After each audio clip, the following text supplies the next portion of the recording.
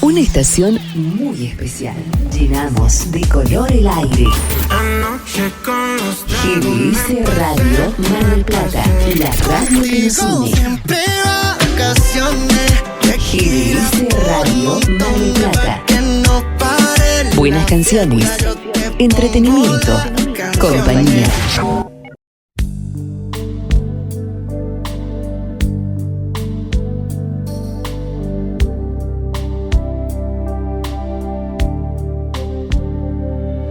Buen día, bienvenidos a GDS Radio Mar del Plata, los integrantes de la Escuela de Vida para Padres con Hijos Fallecidos.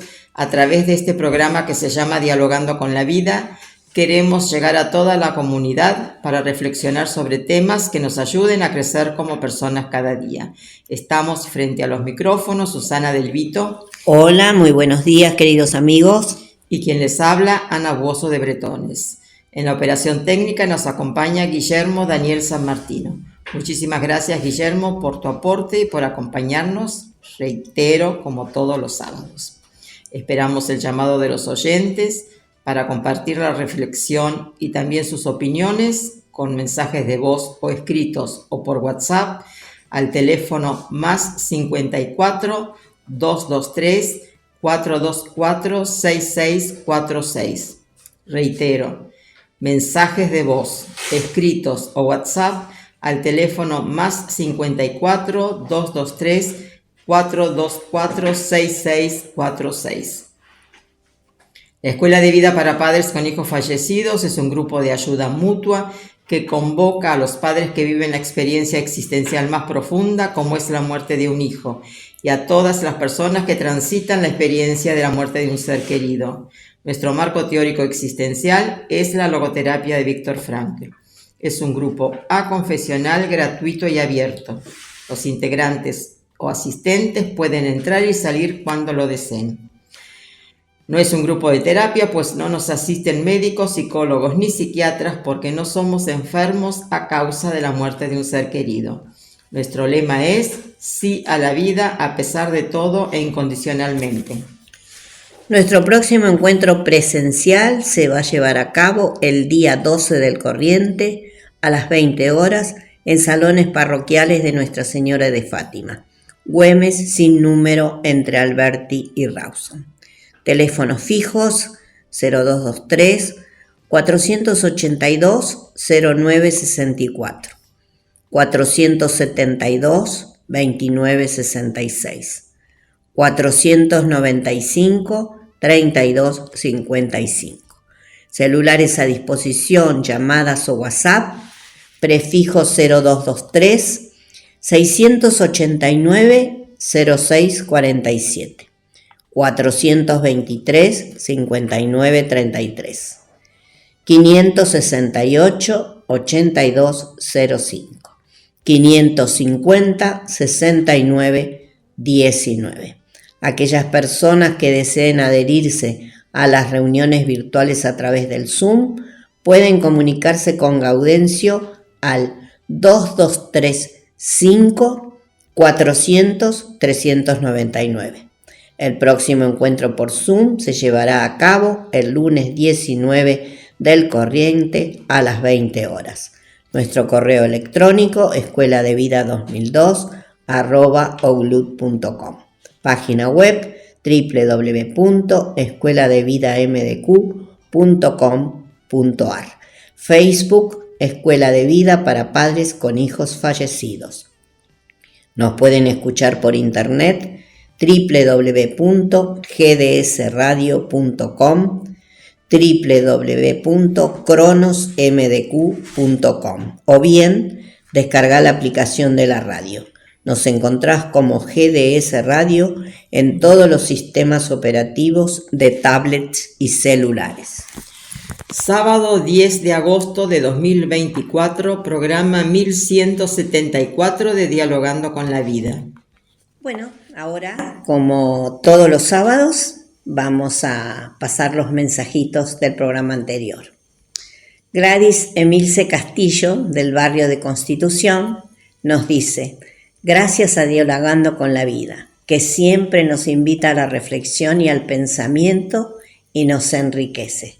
Cariños para ustedes y los oyentes del programa. Bueno, muchas gracias, Gladys. Un abrazo. Del barrio 2 de abril, Marina Barrio dice: es la primera vez que les escribo, pero siempre los escuchamos con Jorge, mi marido. Y en mi matrimonio vive ese sentimiento de amistad para afrontar todos los momentos que hemos vivido. Llevamos 42 años de casados. Saludos para todo el equipo de la radio y al programa. Mari. Bueno, estimada Marina, felicitaciones por esos 42 años de matrimonio, continuando con ese sentimiento de amistad, que seguramente hará más llevadero todos los momentos difíciles que se tienen que afrontar e intensificará los momentos de alegría y bonanza dentro de la familia. Muchas gracias a vos y a Jorge por acompañarnos. Queremos saludar también a Vanessa y a Diana de Santiago de Chile, a Félix y María desde Miami, a Carla de Capital Federal. Bueno, muchísimas gracias por estar siempre.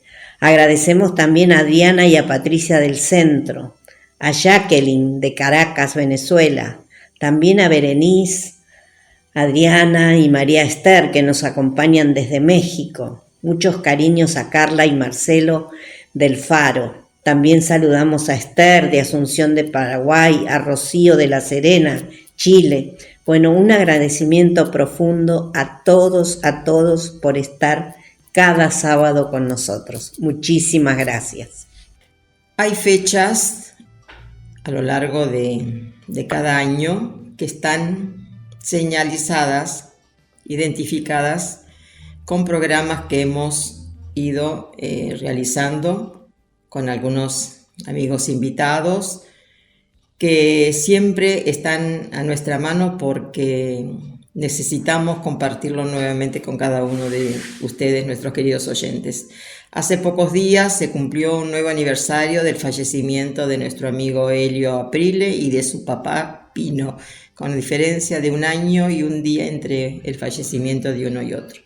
Tenemos un programa que hemos hecho con Elio, creo que uno de los últimos programas de radio, que tenía que ver con la presentación de su primera novela y única novela, La Infinita Maratón de Pino, que es un poco autobiográfica. Nosotros queremos compartirla porque siempre nos llena de ternura, de admiración, de cariño, de nostalgia, pero de presencia.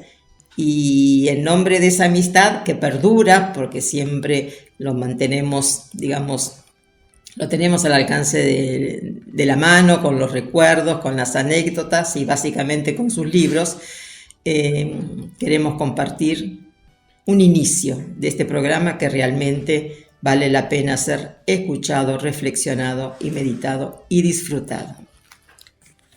Bueno, para presentarlo al profesor Aprile, vamos a leer de su libro Humano después de todo, El coraje de vivir, unas simples estrofas. Estamos vivos. El amor que tenemos, más allá de cómo lo tengamos, nos justifica la existencia. La palabra de un padre condensa la historia de la humanidad. La voz de un hijo inventa toda la música que ha sido. El llanto de la mujer amada es más que un diluvio de 40 días y 40 noches. El abrazo de un amigo es un sol de entrecasa que inventa veranos. Guillermo, por favor, si sos tan amable, escuchamos al profesor Aprile. Gracias. Sábado 13 de junio de 2009, programa 397 de Dialogando con la Vida. Hoy tenemos la alegría de compartir este tiempo de encuentro, de reflexión y de programa con un amigo entrañable que nos despierta siempre tantas inquietudes, nos deja pensando un montón sobre el tema de la vida, Es nuestro querido amigo Elio Aprile. Elio, gracias por compartir tu tiempo. Hola, buen día. Me encanta hacerlo. Tu tiempo, tu vida, tu experiencia, tus libros, tus hijos. Estamos... distintos modos de paternidad, ¿no? Distintos hijos modos. Y libros. Sí. Los árboles ya están, no pueden morir tranquilos.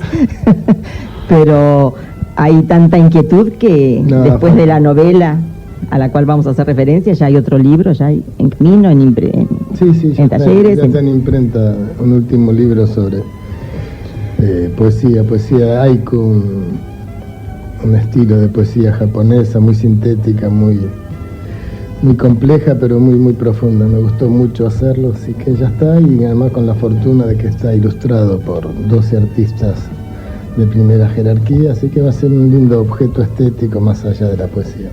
O sea, que ya está listo con puntos suspensivos. Sí, la vida sigue y fructífera. Sí, por suerte sí.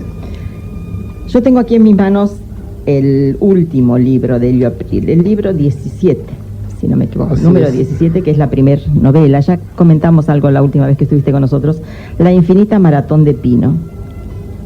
Excelente, no sé si decir movilizante, conmovedor, testimonial. Este juego, Elio, porque es biográfico, ¿no es cierto? De ser relator, de ser actor, de ser protagonista, de ser espectador. Yo siempre quise escribir esta novela, la verdad que sí, pero siempre respeté al género, porque es un género complejo. La novela tiene una enorme virtud que permite que todo ingrese en ella. En la novela todo es posible: literatura, historia, geografía, numismática, heráldica, lo que fuere, todo vale. Pero en ese riesgo también de que poniendo todo resulte ininteligible, con lo cual hay que ser muy respetuoso del género. Y durante años la fui posponiendo. Bueno, finalmente la abordé, y desde la perspectiva de la biografía de mi padre, el hombre al que más admiro, un viejo fantástico. Pero no solo eso, para mí es un homenaje al inmigrante, y no solo eso, y mucho más que todo lo anterior, es una serena reflexión sobre la muerte, tomada como personaje inclusive de la novela, que está omnipresente y omnisciente. Nosotros desde la Escuela de Vida a veces decimos, esta sociedad vive de espaldas a la muerte, y no es fácil decir, bueno, vamos a tomar un café y vamos a charlar de la muerte. Entonces me parece que este abordaje que vos hacés acerca de la muerte es, a ver la palabra cuál sería, tan creíble, tan certero, tan irremediable, pero tan nuestro el tema, tanto que tiene que ver con lo humano, que creo que es el único bagaje que nos acompaña desde que nacemos, ¿no es cierto?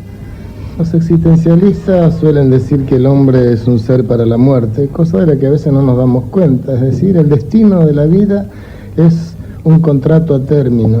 Si nacemos y ya sabemos que nos moriremos, mañana, pasado mañana, estiraremos más o menos, la cortaremos por propia voluntad en el caso de los suicidios, pero la muerte es un hecho tan irreversible como la vida. Entonces, lo que hace valiosa a la muerte es precisamente su condición de plazo a término. La vida es valiosa porque nos morimos, la vida es valiosa porque se acaba, porque si fuéramos eternos, el tiempo carecería de significado, y la vida también. La vida es valiosa, cada día, cada instante, cada momento es valioso, precisamente porque se nos va, porque mañana no sabemos si estaremos, porque muchos que dijeron hasta mañana no volvieron a ver el sol. Entonces cada momento tiene el encanto, la plenitud de estar vivos, y caramba, no es poca buena noticia. Pero desde esta perspectiva hay que desdramatizar a la muerte. La muerte forma parte de la vida, es una moneda de doble cara, donde se convive irremediablemente y la llevamos puesta, viaja con nosotros. Entonces asumirla como una realidad humana, que siempre la queremos lejana, pero en definitiva que sabemos inevitable, forma parte también de una mayor madurez a la hora de vivir y a la hora de elegir las cosas que he de hacer con esta vida, que sé que es un contrato a término. Si la vida es proyecto, si la vida es un proyecto acotado dentro de dos fechas, una que conocemos y otra que no, pero dentro de esas fechas hay que hacer algo, caramba, hagamos algo trascendente, justifiquemos haber pasado por el mundo, démosle a esta oportunidad que nos dan la vida, que no elegimos, pero que debemos asumir, de ser algo valioso, algo que justifique haber pasado sobre la superficie del planeta. Ese es el valor que tiene la muerte, el valor intrínseco, valor de telón de fondo, valor sobre el que se apuesta y sobre el que la vida es un permanente desafío. Por eso tomo la idea de la maratón en relación a la vida de mi viejo, porque es una maratón lo que corremos, no sabemos si vamos a llegar, y el último paso nos habrá llevado a algún lugar, pero mientras corrimos, la maratón implica que la muerte corre con nosotros, la llevamos puesta, y esto es lo que hace trágica la vida, pero no trágica en el sentido del drama, sino trágica en el sentido de lucha, de desafío, de permanente vocación, de estar mañana de nuevo, empezando otra vez y con ganas de correr. A la postre, los que han hecho atletismo alguna vez, y yo lo hice, por eso hablo de maratón, porque la novela se asienta en un hecho real, que yo corría maratones cuando era estudiante universitario. El valor de la maratón no es tanto ganar, cuanto llegar. La dignidad es llegar. Entonces cada hombre, cada mujer puede llegar, y de hecho llega en función de lo que le dan los pies, sus años o sus huesos. Pero no importa ganar, no importa ganarse, importa llegar, y esa es la primera victoria. Por eso digo, esta metáfora de la vida como una maratón me parece que se adecuaba perfectamente a lo que yo quería contar en esta novela. La vida de un hombre, una vida fantástica, realmente una vida novelesca, guerras, prisiones, heridas, Asia, África, América, Europa, ir, volver, sí, una vida realmente de aventura, en el mejor sentido de lo que la palabra aventura significa, pero también es una reflexión sobre el inmigrante, sobre la guerra, sobre la paz y sobre la muerte, porque ¿cuántas veces la muerte le pudo haber hecho zancadilla en esta maratón? Y sin embargo pasó a África, pasó heridas de guerra, pasó prisiones en la India, volvió a América, cruzó los mares en barco, se subió de pequeño a las torres de las iglesias donde trabajaba de albañilito a los 11 años, y siempre la muerte rondando con él, pero siempre ganando la vida. Entonces este sentido de maratón es lo que convierte a la vida en una aventura deliciosa, y así debiera tomársela, aún con las desgracias, aún con los desgarramientos que los tenemos en mayor o menor medida todos. Pero si a la mañana siguiente amanezco y tengo la oportunidad de seguir corriendo, la vida sigue siendo deliciosa y es un bien en sí mismo, que se potencia porque es un bien que tal vez mañana ya no tendré.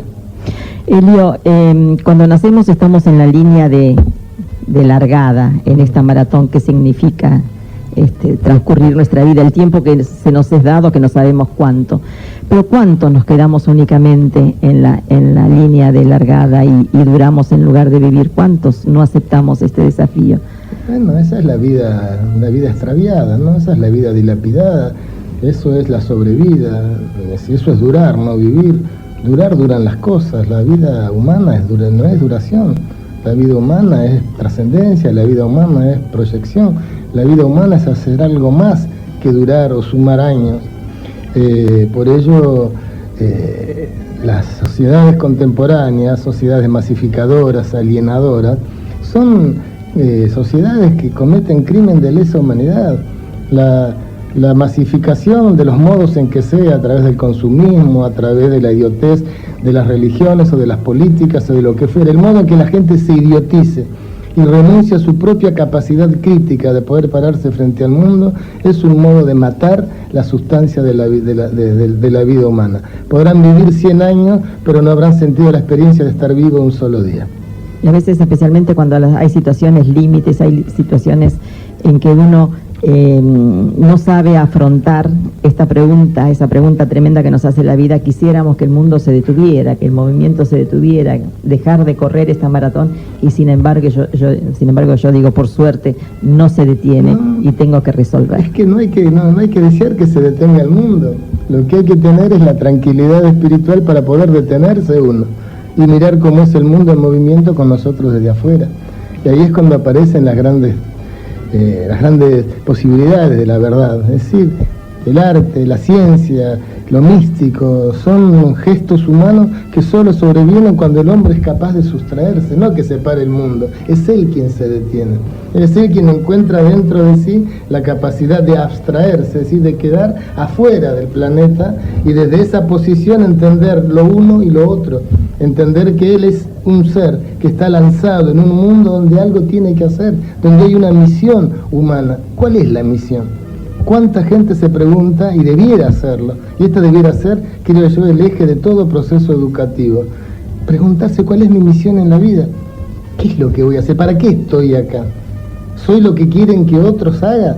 ¿Soy lo que otros disponen, a veces malamente, en procesos masificadores, aglutinadores, meramente economicistas o consumistas? ¿O mi vida es el resultado en la relatividad que esto tiene, de mi libertad para pensar y hacer lo que creo que debo hacer y comprometerme con eso. Y que la maratón la corremos todos, pero yo pongo el recorrido. El único, irrepetible y el sello personal y las huellas que uno deja. Y si no dejo eso, ¿qué soy? Pasé. Cuando muera le habré dejado la tierra nada más que una bolsa de huesos. Es muy triste haber dilapidado la oportunidad de una vida, porque la vida es valiosa en sí misma. La dedicación de este libro dice a Pino y Salva y padres. Después a Leandro, Lucio, Helio y Elenita, mis hijos. Las raíces y los frutos. Buena síntesis. Y la palabra siempre. Así fue. Es tu fuerte, tu punto débil. Tengo acá yo todas las editoriales de la Sobre revista la palabra. Transiciones está la palabra. Sí, la palabra es el componente antropológico más importante de la condición humana. Nada nos define tanto como la palabra. Nada es tan nuestra huella digital humana como la palabra. Somos lo que hablamos, somos como hablamos, somos lo que callamos y somos como callamos. La palabra es cédula de identidad personal, vital. Es decir, el desprecio por la palabra es el desprecio por la propia condición humana. Hablar bien no es una mera cuestión de gimnasia retórica. Hablar bien es tener la capacidad del pensamiento que define una vida proporcional. Si hablo mal, pienso mal y vivo peor, porque si lo humano es vivir en función de lo que se piensa y la palabra no es más que la posibilidad de que el pensamiento sea, evidentemente la palabra debiera ser el argumento fundamental de toda transferencia social y de todo proceso educativo. Y paradójicamente vivimos un desprecio de la palabra, una vulgarización de la palabra, una amputación permanente de la palabra, de suerte tal que la palabra va a terminar siendo como una suerte de prótesis, una peluca, una dentadura que se pone cualquiera y es siempre igual. Cuando la palabra es la gran oportunidad de que yo sea como me expreso, que en esa palabra vaya mi vida, va mi pensamiento, va mi captación del mundo, va mi referencia con mis silencios y con los silencios de los demás, va la posibilidad del diálogo, va la posibilidad del monólogo, va la posibilidad de hablar con Dios si creo en Dios o de hablar con la nada si creo en la nada, pero es la palabra siempre, es la que me hace el ser distinto, ni digo mejor ni peor, el ser distinto dentro de esta naturaleza que solo tiene palabra en los hombres. Por eso digo, abruma, aterra y es criminal el modo en que se desprecia la palabra y en que a veces hasta deliberadamente, como proceso de una, yo diría, una suerte de estructura monopólica económica, se vacía de contenido la palabra, porque la palabra en estado crítico es enemiga natural de todo proceso alienador. Los consumismos, las sociedades consumistas, necesitan voluntades acríticas, necesitan voluntades incapaces de distinguir entre lo necesario y lo superfluo. Y por lo tanto, violentar la palabra, gritarnos en vez de sugerirnos, quebrantar el diálogo con monólogos que siempre son unidireccionales. Hoy una mira la televisión en general, lo que domina es el grito, es la consigna, no hay capacidad de reflexión, no hay capacidad de susurro, porque los grandes pensamientos se dan en silencio o en susurro cuando menos. Pero eso no es casual, eso responde a generar multitudes, todos los temas de masificaciones, deportivos, de espectáculos, todo es lo mismo, van a meter el cuerpo y esconder el alma. Y bueno, y ahí se muere la palabra, y cuando se muere la palabra se mueve la criatura, porque como los filósofos solían decir, la palabra es la morada del ser, ahí está el hombre, en la palabra que resume su vida en su conjunto. Por ello creo que estamos a las puertas de una suerte de colapso humano a partir de la amputación y del desprestigio y de la desvalorización que se está haciendo de la palabra. El otro día en el curso de logoterapia hablábamos de cuánta dificultad hay para promover y provocar el encuentro en esta masificación, el encuentro físico, el encuentro de persona a persona, de mirarnos, de vernos y de hablar y de susurrar y demás. Gracias a este poder que le estamos dando a la técnica, en lugar de poder usarla racionalmente, ¿no? Es que la tecnología en todo caso es un instrumento. Lo fue en su momento la rueda, lo fue en su momento el fuego, lo fue en su momento cada utensilio que el hombre fue, pero eran medios que no se justificaban en sí mismos. El fuego era un instrumento con el que podía espantar la fiera o prender fuego a mi hijo en un ataque de locura, pero el fuego no tenía la culpa. Bueno, los técnicos han inventado un mundo, una cultura dentro de la cultura que es maravillosa, es admirable, que uno pueda hablar por teléfono con una persona que está al otro lado del Atlántico, verlo por televisión en simultáneo, el internet, el chat, los satélites, todo eso es maravilloso. Pero cuando eso es el fin en sí mismo, cuando eso anula la condición humana, cuando eso oxida la calidad de existencia humana, hay gente que vive en el mismo edificio y chatea. Sí. Cuando eso anula la calidad humana, cuando eso mata el lenguaje, porque todos estos mecanismos técnicos pareciera que suponen de por suyo que se puede escribir de cualquier manera.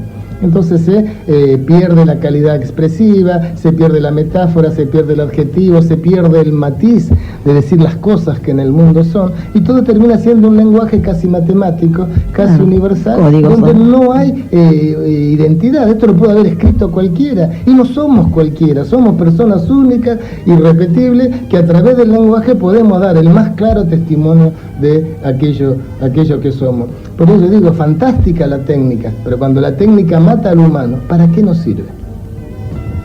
Yo estaba viendo el índice del libro, La infinita maratón de Pino. Y bueno, vos sabés que yo siempre trato de elegir alguna frasecita, la saco de contexto y es como si estuviera lastimando a alguien o algo. Pero después dije, no, voy a llevar el libro y vamos a hablar directamente de lo escrito. Me apasiona el índice y después el contenido. El índice es el mapa, ¿no? Porque además está escrito con una suerte de alternancia en el tiempo, pasar de una década a la otra o de un siglo al otro, y ir y volver con distintas instancias de la vida de Pino, de modo tal que al terminar el libro es como si hubiésemos armado un rompecabezas en una visión calidoscópica, y digamos, recompusiéramos toda la vida de un hombre, siendo que por ahí empezamos el libro en el año 71, pasamos al 16, sí, o luego fuimos al 2004, pero esa era la idea, ¿no? Elio, en el capítulo Los andamios,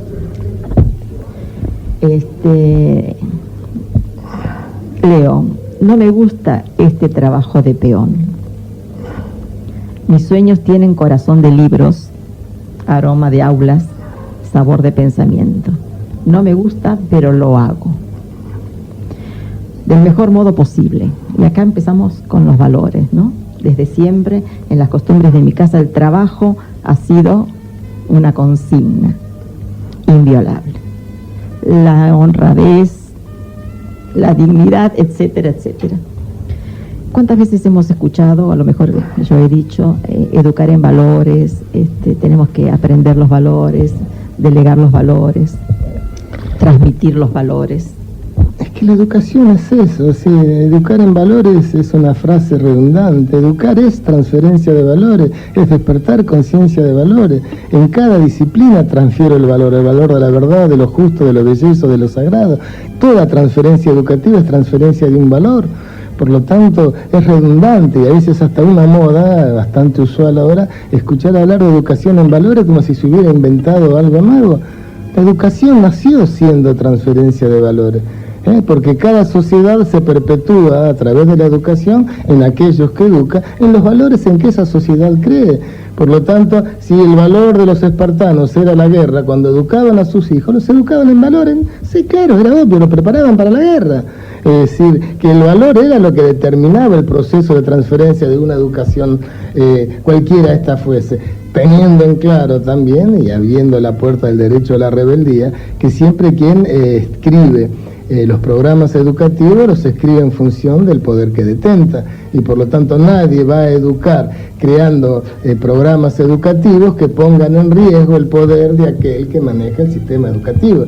Pero como quiera que sea, una sociedad, un país, una ciudad tiene transferencias de valores que son las que unifican y nos hacen decir que pertenecemos a un lugar y no a otro. Por ello, digo, hablar de educación en valores es una ociedad, es decir, ocioso absolutamente, no agrega nada nuevo. Educar es transferir valores y luego a partir de esos valores incorporar conocimiento, incorporar habilidades, incorporar hábitos, pero siempre son los valores los que determinan.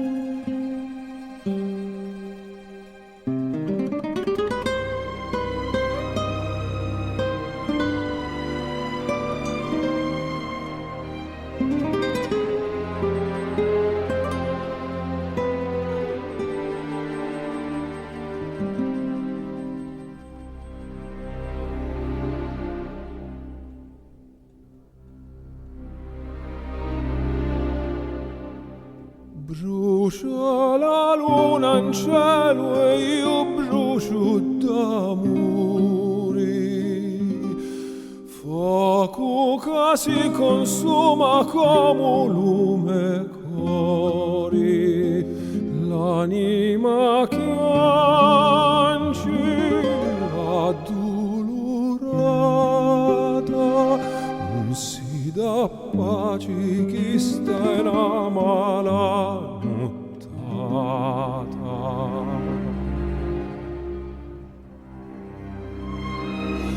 brucia la terra mia e abbrucia lume cuori. Chi siti d'acqua idra e io siti d'amore. Acula cantora me canzoni. Si un cenu gioca s'affaccia lo barconi. Lo tempo passa ma una giorna non c'è mai soli si già un torna.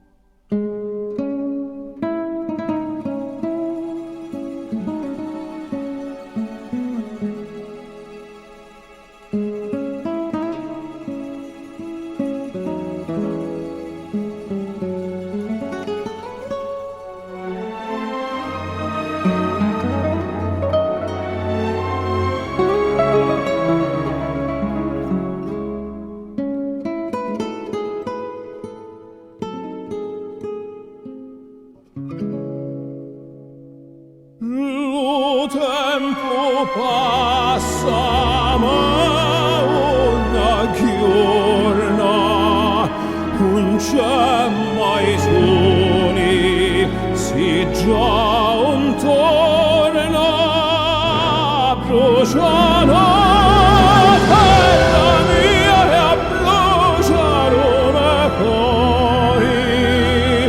Chi siti d'acqua idra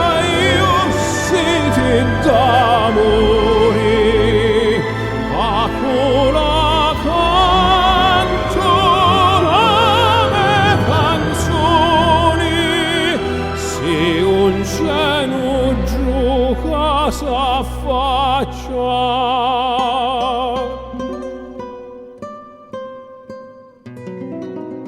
Brucia la terra mia e io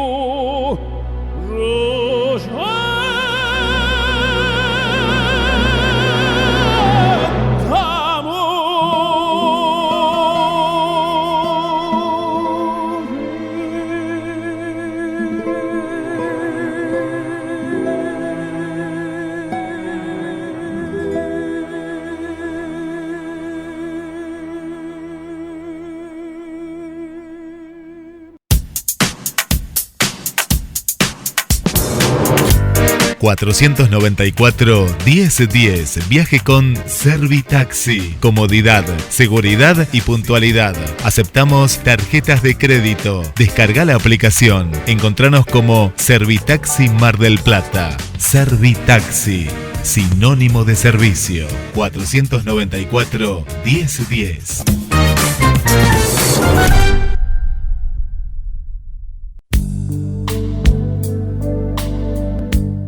Colabora con el programa radial el Grupo de Padres de la Escuela de Vida.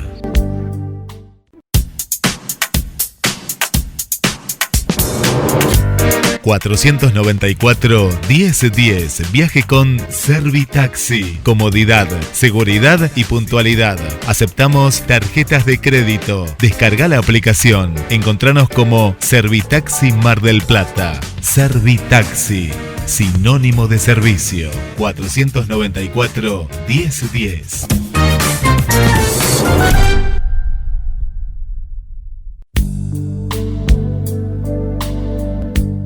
Colabora con el programa radial el Grupo de Padres de la Escuela de Vida.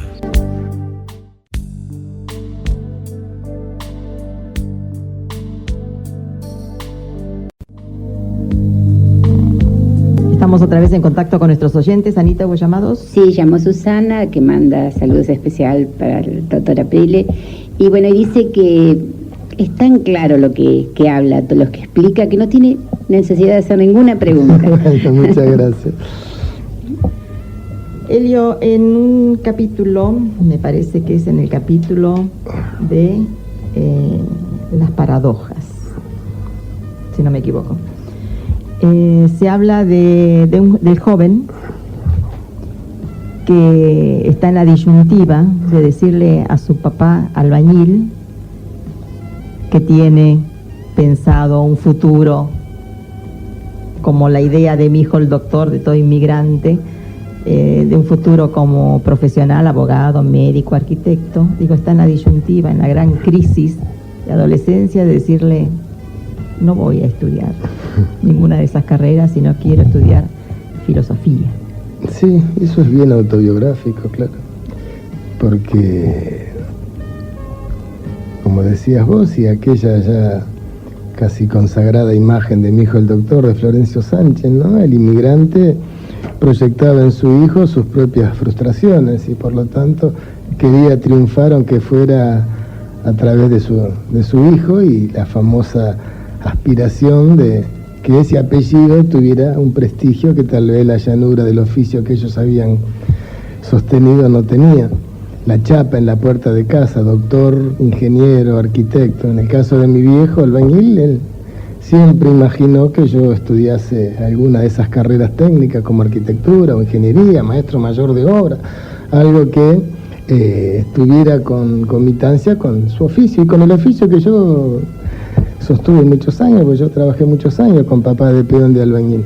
Pero paradójicamente, y esto es el capítulo, el que dominaba, pero papá me había creado todo un mundo de libros que a mí me volcaron decididamente a lo humanístico.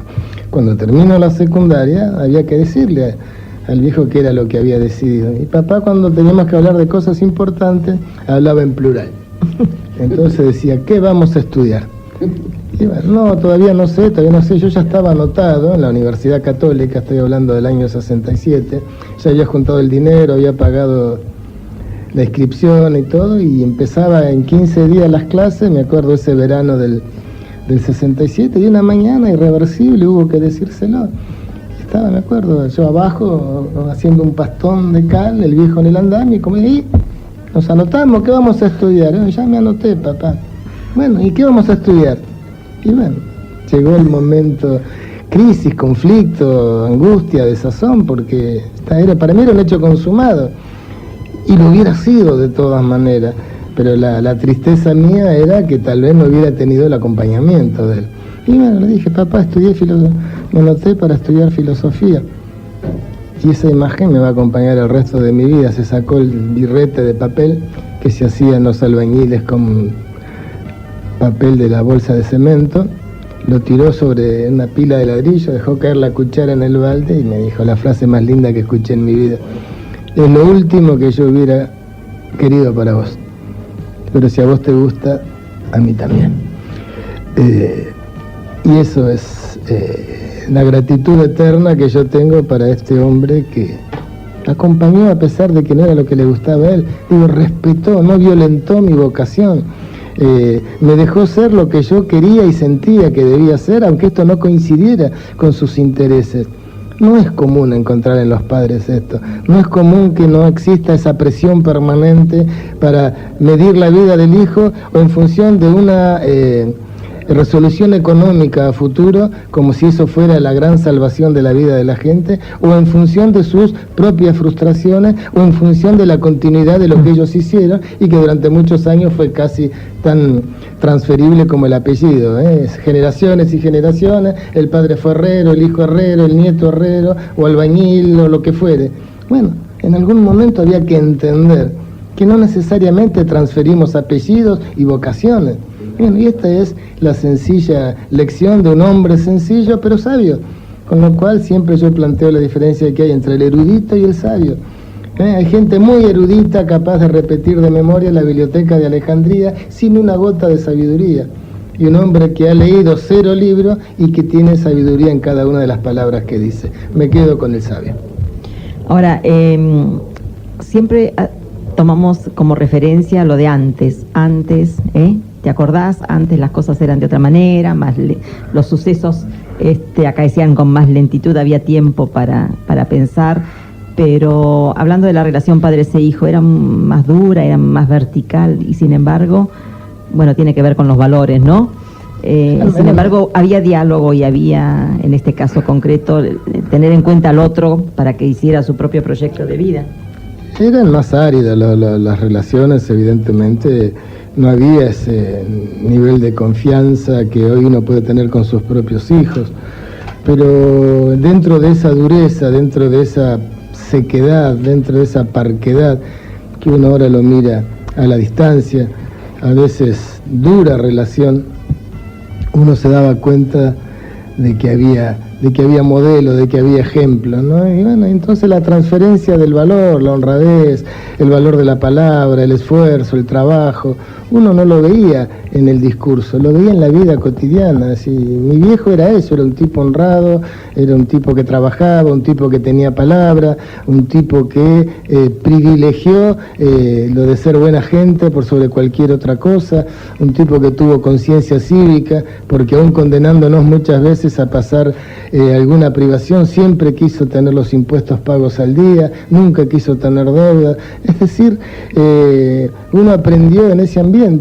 el valor que tienen cosas tan simples como que hacen que la vida sea más grata, que la vida sea menos sucia. Por eso mi pena, mi tristeza, cuando fue mi frustrada experiencia política, de que a mí me agredieran desde la honradez, porque yo pude haber sido el peor intendente de esta ciudad, pero fui honrado. Y mi dolor, mi tristeza era por mí mismo, claro, porque si uno no ha hecho nada de qué avergonzarse, duele estar en boca de otros del desprecio o del demérito. Pero por mi viejo, me muero si ese viejo que a mí me formó y que lo mamé junto a él, tener que padecer esa sospecha de la no adhesión a valores como fueron la honradez. Por eso este libro también es un homenaje a ese hombre que educó en valores y nunca hizo ninguna teoría. Vos en el capítulo de las cunas decís, haciendo referencia a ese niño que acaba de nacer, le enseñarán ley de gente sencilla, que nadie debe decir mentiras, algo aparentemente elemental, pero, sí, pero constitutivo, ¿no? Es constitutivo, después vendrán las teorías, pero que si uno ve en su casa un hombre bueno, un hombre trabajador, un hombre que hace de la austeridad un culto, y eso uno tiene que tener el alma galvanizada para no incorporarlo a su vez como valor. Y bueno, y si uno violenta eso, si en algún momento uno se aparta, sabe que también lo está cometiendo, porque ya está como conciencia. Yo no digo que salimos iguales a nuestros padres, pero salimos con la conciencia de que cuando hacemos lo que no debemos hacer, hay algo en nuestro interior que nos dice te estás equivocando. Y eso es lo que después la psicología profunda llamará la presencia parental o el superyo, como lo querramos llamar, pero olvidemos las teorías. Simplemente digo, si uno se crió en una familia donde el valor de la palabra, el respeto, la honradez, el trabajo, estuvieron inmersos en lo cotidiano, más allá del discurso, aunque uno después vaya en contra de eso, va a tener siempre sentido de culpa, porque fue educado en eso y ya forma parte constitutiva de uno. Tenemos un llamado de un oyente. Buen día, ¿quién habla? Paco. Paco Bretones. ¿Qué haces, querido? Bien. ¿Bien? Bien, bien. Te voy a esperar que le voy a pasar los auriculares a Helio.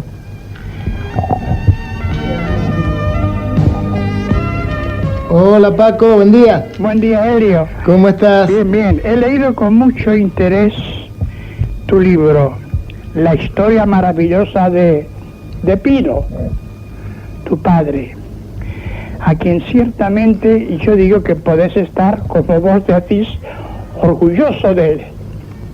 A lo largo de esta historia, yo veo que resaltan dos imágenes totalmente distintas. Las de Pino, que elige venir a América, impulsado por una responsabilidad de llevar el pan a su casa. América siempre fue el recordar su Sicilia, que nunca olvidará. Solo la necesidad del pan cotidiano y cómo ganarlo, lo lanza a tierras de América. Pan y nostalgia van siempre de la mano en tu padre. Él no elige al África, se la imponen, y se la imponen de una manera violenta. África es sufrimiento, muerte y dolor. África es el lugar donde hospital y cementerio se conjugan mutuamente. El Pino que vino a América buscando el pan cotidiano no eligió venir al África. África es la guerra.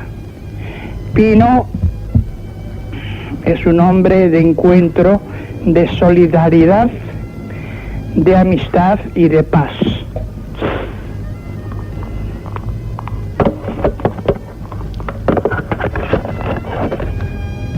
Paquito. Hola. Paco. ¿Se cortó? Bueno. Seguimos. Esperamos otro llamado y vemos cómo... No, ha captado bien en la lectura del libro, Paco, esto de las dos visiones. Las dos ¿no? circunstancias de la vida, ¿no? Tener que haber ido a África a una guerra que no eligieron, Sí.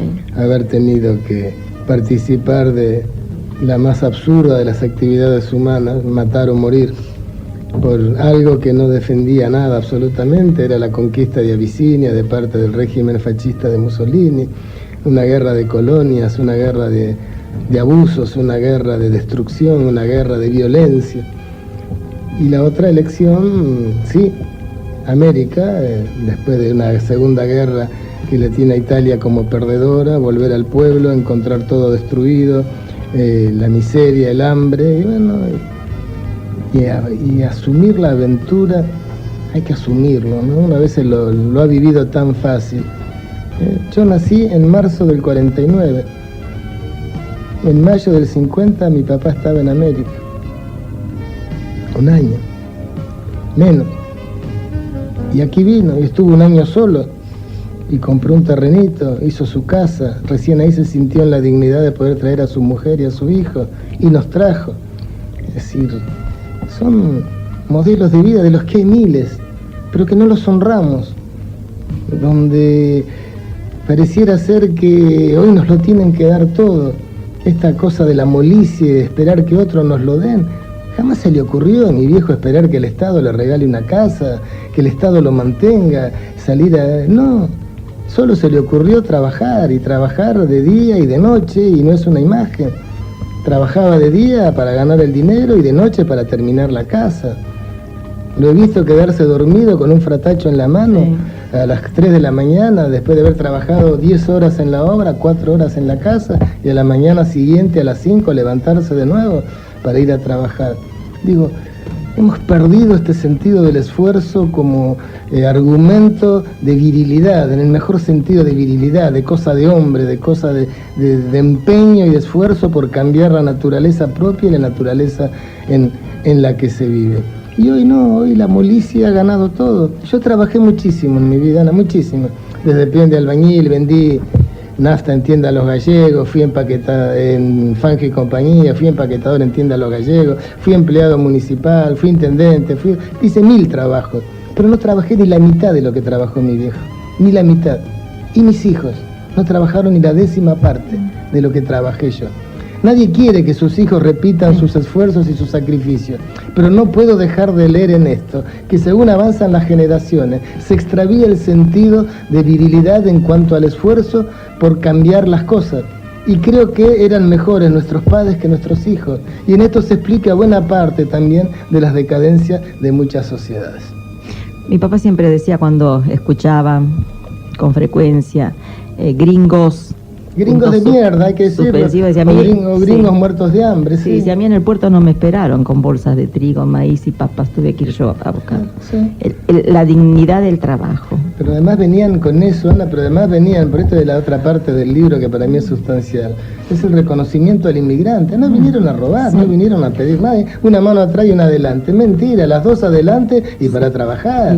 Nadie les regaló nada y se lo ganaron y fue el esfuerzo y el respeto. Pero además venían una cultura absoluta, no conocían el idioma, se sentían despreciados y se sentían discriminados. Y sin embargo se instalaron, y sin embargo construyeron, casas para otros y casas para sí, construyeron instituciones, edificios para esas instituciones, perpetuaron y se convirtieron a la postre en uno de los ejes fundamentales del desarrollo de este país. Estos países americanos, Argentina en particular, serían ininteligibles, incomprensibles si quitáramos el esfuerzo que pusieron los inmigrantes, esos tanos, esos judíos, esos gallegos, esos de la raza que hayan sido. Vinieron a trabajar e hicieron buena parte de lo mejor de este país. Y lo hicieron en contra de todo. En contra de la nostalgia, de la tristeza de haber dejado su país de lejos, de haber dejado hermanos, haber dejado padres, hijos.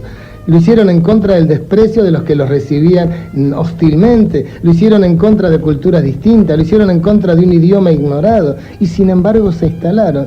Y cuando uno ve en tan poco tiempo, ¿sí?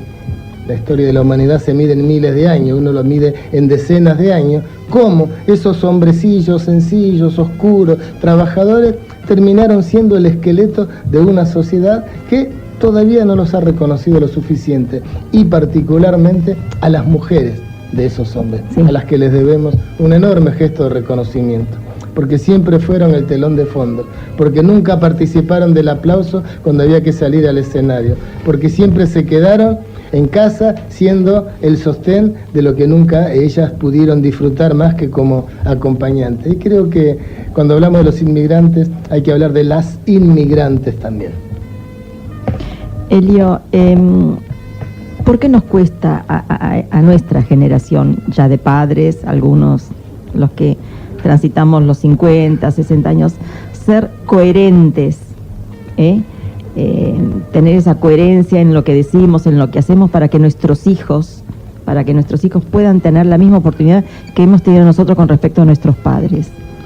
Porque si no, uno escucha, eso es cosa de viejos, eso es cosa ya pasó, cuando uno inmerso en esta sociedad quiere traer lo de antes, porque lo tiene internalizado y sabe lo bueno que es vivirlo desde esa óptica, y sin embargo chocamos o no nos animamos o tenemos miedo. Sí, hay que hacer un análisis global. Digamos, siempre las generaciones nuevas, por algo lo fueron, terminaron considerándose distintas y cambiantes. Es decir, mis padres habrán sido también ellos para con lo suyo, lo mismo que yo fui para con ellos, o lo mismo que lo fueron los hijos para conmigo. Las nuevas generaciones siempre implican actitudes nuevas, cambiantes, transgresoras, reveladoras, de cosas nuevas que evidentemente los padres a veces no terminamos de entender. Por eso digo que hay que diferenciar qué es lo cultural, coyuntural, que puede ser lo nuevo y que es probable que haya cosas nuevas que sean mejores que las que vivieron nuestros padres o que viven nuestros hijos mejores que las nuestras. Pero hay cosas que no envejecen, hay cosas que no es ni lo nuevo ni lo viejo, hay cosas que es lo permanente, lo absoluto. ¿Qué cambió el sentido de la honestidad en relación a mi papá, a mí o a mis hijos? ¿Qué es lo viejo? El valor de la palabra, que uno se comprometa en la palabra y que su palabra sea más importante que firmar con sangre. ¿Qué es lo viejo? El respeto a la amistad, al trabajo. Eso no cambia.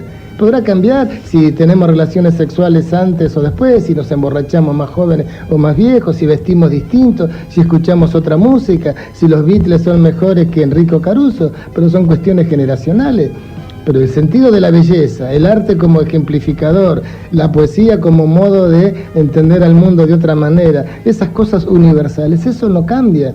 Entonces, cuando decimos qué es lo viejo puede ser las modas, cómo se vestían ellos, cómo nos vestimos nosotros, pero respetar la verdad, respetar la palabra, ser honesto, ser franco, ser buena gente, eso es tan nuevo como cada criatura que nace. Elio, en el capítulo Los dioses, entre otras cosas hermosas, dice: Pino se piensa y piensa en su pasado. ¿Cómo gravita el pasado de cada uno de nosotros? Mira, encontraste una frase en el presente. Claro, rayaste una frase que es determinante de creo te diría la sustancia íntima del libro. Pino se piensa. Cada uno debiera pensarse. ¿Y quién tiene el hábito del se piensa? Ahí está buena parte de la conciencia de la propia humanidad de cada uno que llevamos puesto, ¿no? El pensarse, digamos, el pararse frente al mundo, lo que yo decía hoy, esa capacidad de detenerme un momento del vértigo en el que me lleva, porque es, hablando de paradoja, nunca tuvimos tantos medios de comunicación, todo rápido, ciencia, técnica, y cada vez tenemos menos tiempo. Es decir, que es una vorágine que nos lleva, el grito, la urgencia, el amontonamiento, la muchedumbre, la multitud. Y eso mata la capacidad de pensarse, el poder decir Pino, Ana, quien fuere se piensa. Se piensa y en el pensarse se redescubre. Y en el pensarse empieza a poner blanco sobre negro, empieza a emparejar su postura frente al mundo. ¿Por qué hago lo que hago y por qué no lo hago? ¿En nombre de qué justifico hacerlo o no hacerlo? Si en cada elección me va la vida, y si mi vida es la suma de todas y cada una de las elecciones, si cada vez que digo sí a uno, digo no a infinidad de otras posibilidades, ese pensarse implica necesariamente esa capacidad de elegir, de hacer ejercicio de mi libertad, y no que elijan por mí, que es la desgracia de estas sociedades masificadoras. Más grave aún, son esclavos con una sonrisa en la boca porque creen que han elegido ellos, cuando en realidad han respondido en una cuestión casi pauloniana de acto reflejo a lo que la sociedad de consumo les impone. Entonces los viejos esclavos por lo menos tenían las cadenas que les recordaban cada día que eso era oprobio. Hoy hay otra forma de esclavitud, pero no solo no se dan cuenta de su esclavitud, sino que la celebran. Como Paco suele decir, a veces hablamos de la vida en general sin detenernos a decir, corroborando lo que estás comentando, Elio, mi vida. Al decir mi vida tengo que hablar de responsabilidad, de libertad, de conciencia, de compromiso. Estoy viejo, dice Pino, pero no resignado. O sea que sigue la maratón, Pino. Con pasos cansados, hay que morirse, sigue caminando. Claro, hay que morirse una sola vez. Es decir, no hay cosa más desgraciada que morirse todos los días. Y la resignación es el morirse cada día. Y cuando uno ve a un hombre de más de 90 años que todavía sigue creyendo que mañana es posible, que hasta no hace poco sembraba, que tenía una huerta, y quien tiene huerta es un modelo de vida, cree que mañana va a amanecer y que va a cosechar. Y bueno, esa es la maratón también, ¿no? La huerta como modelo y como aula. Yo escribí un libro sobre educación que se llama La flecha en la huerta, precisamente por ese sentido de huerta. Y no se resigna. Y eso es bueno. Pero además de no resignarse, hay que proponerse que mañana habrá algo distinto y que mañana puede ser. Y esto es, me parece, la naturaleza de la vida de este viejo, que expresa para mí un modelo de vida que ojalá todos pudiéramos copiarla, no haciendo lo que hizo él, sino haciéndolo como él lo hizo.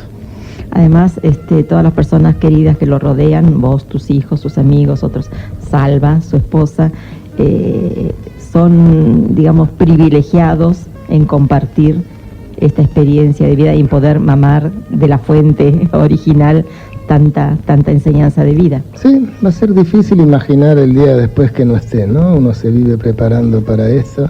Digo, ¿con quién saldremos a correr? Pero bueno, habrá otra maratón después de la maratón, y si no la hay, esta estoy seguro que la gana. Yo creo como imagen hermosa es la profesión de tu padre.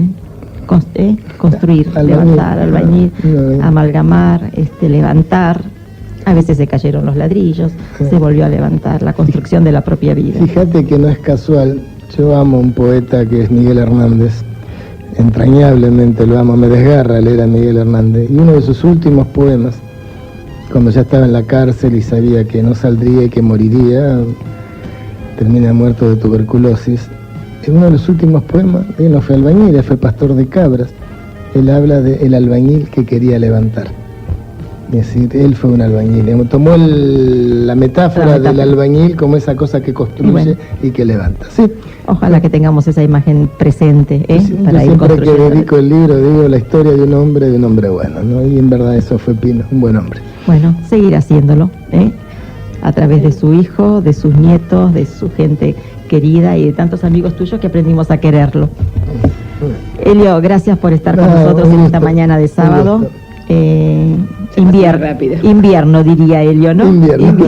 Todavía no, pero casi. Otoño. Bueno, hasta el sábado que viene. Bueno, con noticias tuyas pronto para la presentación de tu próximo libro. Ya les avisaré, claro, va a ser un gusto que me acompañen. Un cariño a Puchi, a Elenita, a tus hijos y a tus padres. Muchas gracias. Bueno, queridos amigos, así se ha finalizado este programa y espero que lo hayan disfrutado tanto como lo hacemos nosotras. Yo les digo, hasta el sábado que viene, muchas gracias por acompañarnos.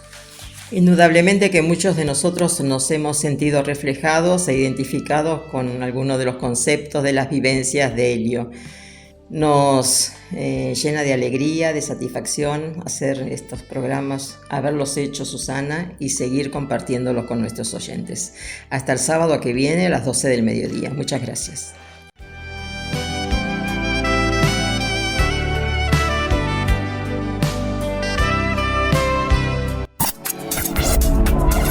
Condimentando tus momentos para que los devores auditivamente. Bajo la aplicación gratuita de GDS Radio en tu móvil o tablet, en Play Store, App Store o BlackBerry, búscanos como GDS Radio y llévanos a todos lados.